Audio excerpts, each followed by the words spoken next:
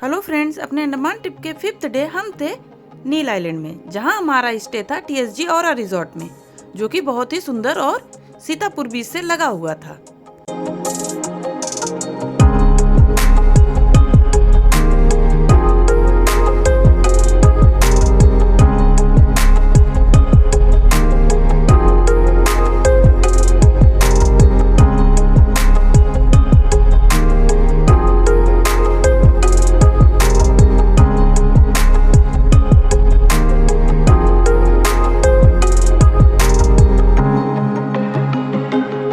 और अब हम लोग जा रहे हैं नील आइलैंड की लास्ट लोकेशन लक्ष्मणपुर बीच सेकंड को विजिट करने के लिए।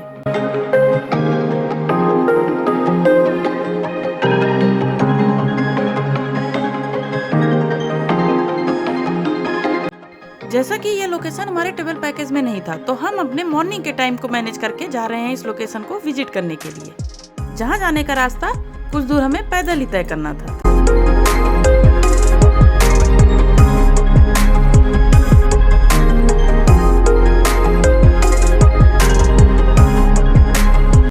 खूबसूरत रास्तों से होते हुए अब हम आ पहुंचे हैं लक्ष्मणपुर बीच सेकंड पे, जो कि फेमस है एक नेचुरल ब्रिज के लिए, जिसे विजिट करने के लिए ओनली 20 रुपीज का टिकट लगता है। अगर आप यहाँ के लोकल गाइड को हायर कर लेते हैं तो वो आपको नेचुरल रॉक फॉर्मेशन और मरीन लाइफ की इंफॉर्मेशन बहुत बेहतर बता सकते हैं।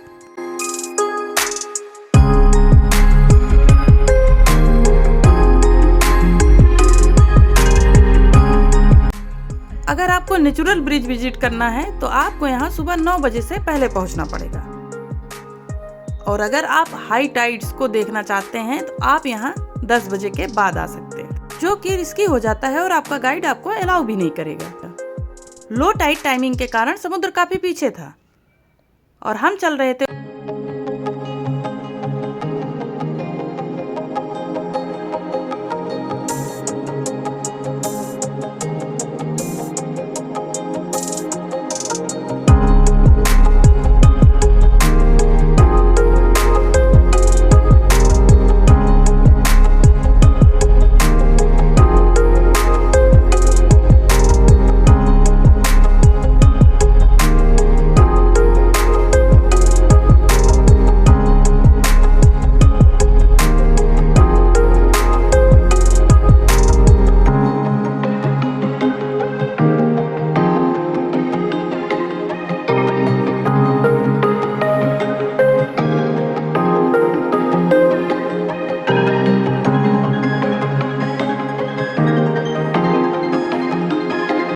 और आगे बढ़ने पे समुद्र से लगा हुआ एक नेचुरल रॉक फॉर्मेशन दिखाई दिया, जिसे समुद्र की लहरों ने हजारों वर्षों में तराश के एक ब्रिज का रूप दे दिया था।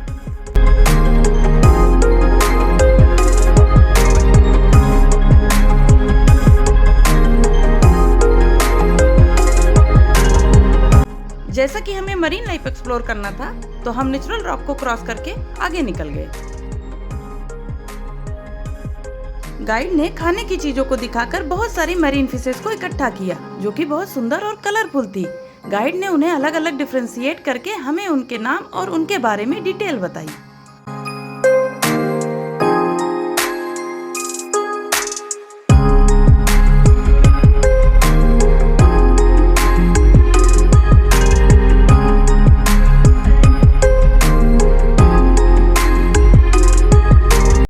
और आगे हमें दिखाई दिए डेड ब्रेन कोरल, जो दिखने में एकदम ह्यूमन ब्रेन जैसे होते हैं। इनमें बने छोटे छोटे होल्स बहुत सारे मरीन लाइफ का घर होते हैं। लिविंग कोरल ग्रीन, ब्लू और डिफरेंट कलर के हो सकते हैं। वो ऑक्सीजन भी प्रोड्यूस करते हैं। उन्हें जीवित रहने के लिए 24 घंटे पानी की जरूरत पड़ती है, इसीलिए किनारों पे होने वाले कोरल्स जल्द ही डेड हो जाते हैं, क्योंकि लो टाइड होने पे उन्हें पानी पर्याप्त नहीं मिल पाता है। और ऐसे ही ये कोरल्स डेड होकर के धीरे धीरे रॉक फॉर्मेशन करते हैं, और ऐसे ही कोरल्स के डेड होने से हजारों वर्षों में इस नेचुरल ब्रिज का फॉर्मेशन हुआ। पॉलिश क्या करते हैं, समुद्र में जितना गंदगी होता है उसी से एब्जॉर्ब करते हैं कैल्शियम का फॉर्म में, कार्बोनेट का फॉर्म में, और कोरल को धीरे धीरे बनाते हैं। कोरल में 2 एनिमल होते हैं, एक जूजांतली, दूसरा पॉलिप्स। पॉलिप्स कोरल को कैल्शियम कार्बोनेट कलिंग करके हेल्प करते हैं बढ़ाने में, और जो जूजांतली होते हैं उसको पॉलिप्स में उसमें कलर जो होते हैं ना, कलर दोनों का साथ एक सिम्बायोटिक रिलेशनशिप है। वाटर को ऑक्सीजन दे रहे हैं, रहने के लिए दे रहे हैं, शेल्टर दे रहे हैं, जो कि पॉलिप्स को ऑक्सीजन मिल रहे हैं जो एल्गी की वजह से, और चूँकि एल्गी को रहने के लिए जो जगह दे रहे कोरल दे रहे हम तो यहाँ भी हैं। नीचे कोरल है ना।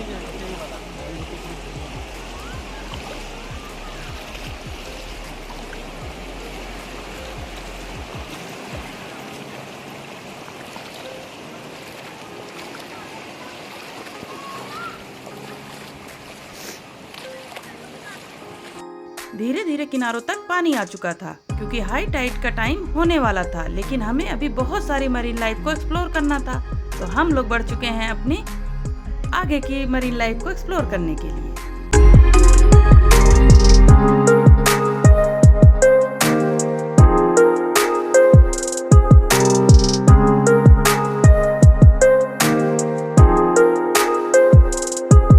आगे बढ़ने पे गाइड ने हमें 2 लिविंग कोरल दिखाए। एक कोरल का नाम था हनीकॉम्ब कोरल और दूसरे का नाम था jackfruit coral. I think corals को ये नाम उन्हें उनकी शेप की वजह से मिलते हैं। कोरल्स सी वाटर को फिल्टर करने का काम करते हैं। आप देख सकते हैं लिविंग कोरल की प्रेजेंस में क्लियर वाटर ट्रांसपेरेंसी है। गाइड ने हमें बहुत सारे लिविंग कोरल्स दिखाए। उन्होंने बताया कि समुद्र में फिशेस का अपना कोई घर नहीं होता, वो इन्हीं कोरल्स के नीचे ही रहती हैं।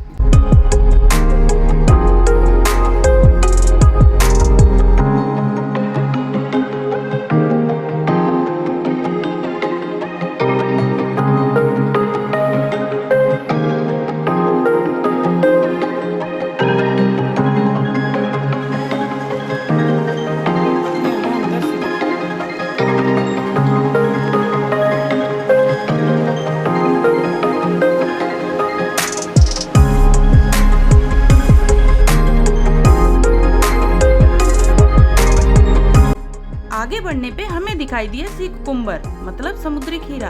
गाइड ने हमें बताया कि इसका यूज कैंसर ट्रीटमेंट की मेडिसिन में किया जाता है। विदेशों में इसकी तस्करी की जाती है, ये बहुत महंगे बिकते हैं। गाइड के इंस्ट्रक्शन के अकॉर्डिंग हम मरीन लाइफ को केवल देख सकते थे, उन्हें हाथ में नहीं उठा सकते थे और ना ही छू सकते थे, जैसा कि हम लोगों ने किया।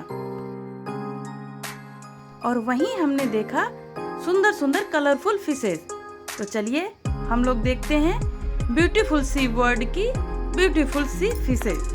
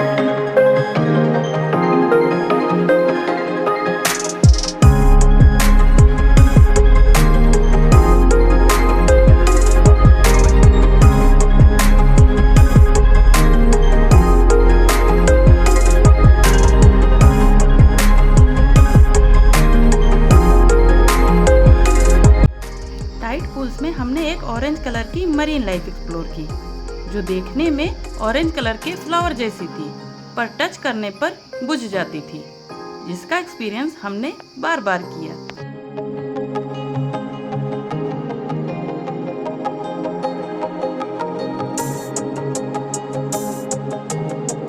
नील आइलैंड की छोर से अलग हमें एक छोटा सा आइलैंड दिखाई दिया। गाइड से पूछने पे पता चला वो नील आइलैंड का ही हिस्सा है, 2004 की सुनामी के बाद से कटकर अलग हो गया है।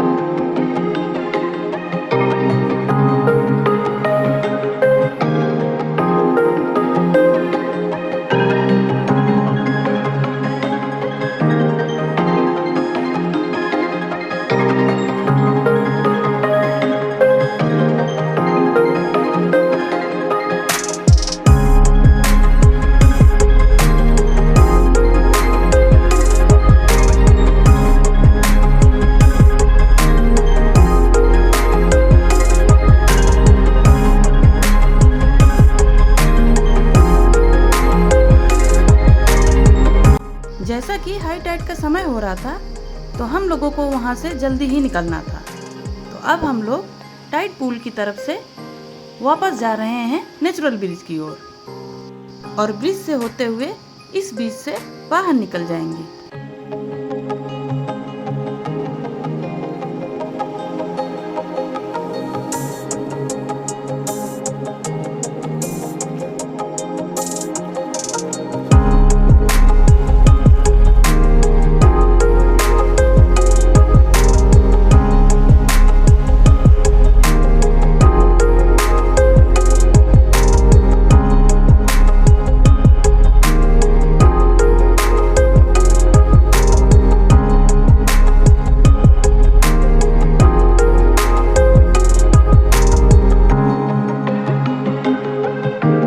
यहाँ के लोकल लोगों में यह हावड़ा ब्रिज के नाम से भी फेमस है, क्योंकि उनका मानना है इसकी संरचना कोलकाता के हावड़ा ब्रिज के जैसी ही है। वैसे तो इसे नेचुरल आर्क कहना ज़्यादा सही होगा, क्योंकि यह ना दो लोकेशन को जोड़ता है और ना ही इस पर से लोगों का आना जाना होता है।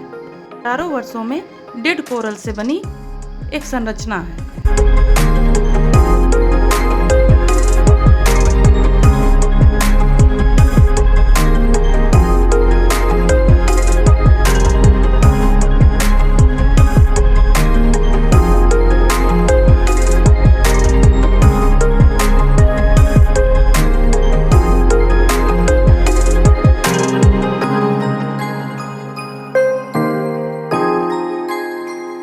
लहरों को एंजॉय करने के बाद अब हम जा रहे हैं नेचुरल ब्रिज की ओर।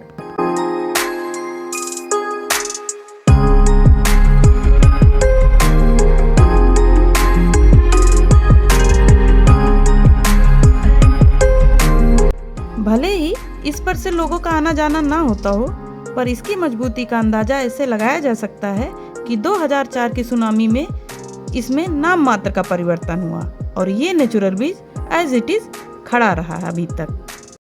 टूरिस्ट यहाँ पे हाई टाइड को एंजॉय करने और फोटोग्राफी के लिए आते हैं, पर मेरा एक सजेशन है, अगर किसी को प्री वेडिंग शूट कराना हो तो ये लोकेशन सबसे बेस्ट है।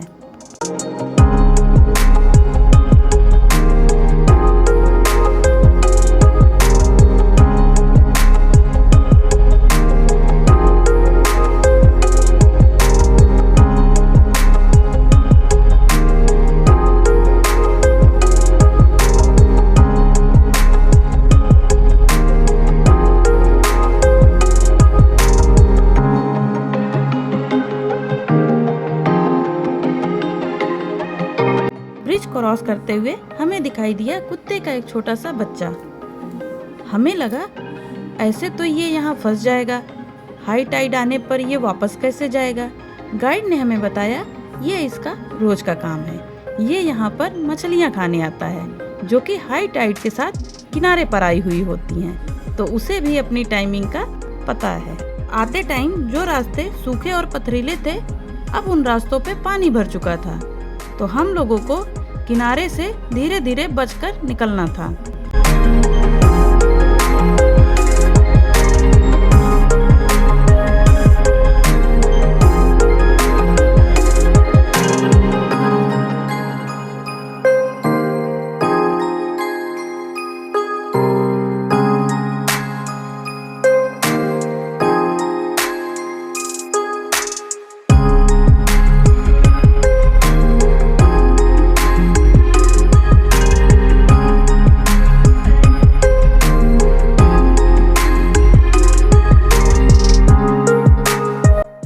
जाते टाइम हम जितने आराम से गए थे, वापसी में अच्छी खासी ट्रैकिंग हो जा रही थी, जो कि काफ़ी एडवेंचरस थी और थोड़ी रिस्की भी, क्योंकि पत्थर छोटे थे और नुकीले भी।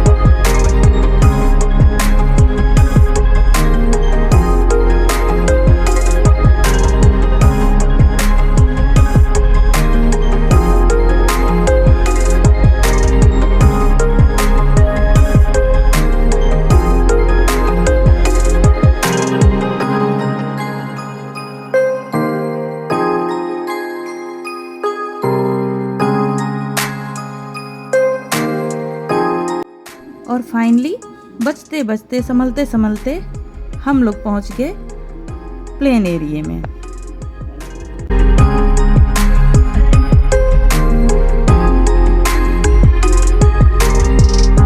नेचुरल ब्रिज को बाय करके, बीच को बाय करके अब हम जाएंगे अपनी अगली लोकेशन के लिए।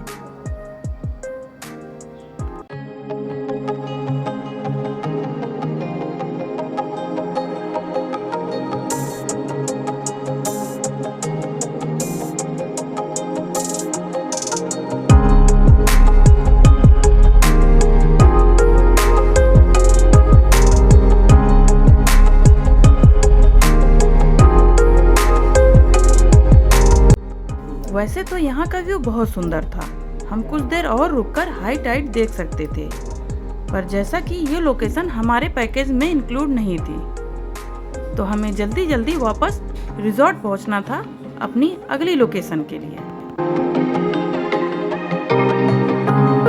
ड्राइवर का ये दोनों भाग रहे हैं कारण हम लोगों को जल्दी जल्दी गाड़ी के पास पहुंचना 10 बजे ही और निकलना था अपनी हम लोगों को जेटी पे लोकेशन पहुंचना के था, लिए। पर हम लोगों को 10 शायद यही बज गया, तो ये दोनों भागो। फाइनली लक्ष्मणपुर बीच को बाय करके हम निकल पड़े हैं जेटी के लिए, जहां फेरी के थ्रू हमें जाना है पोर्ट ब्लेयर। तो बने रहिए मेरे चैनल पे मेरे अगले एक्सपीरियंसेस को देखने के लिए। Bye bye friends.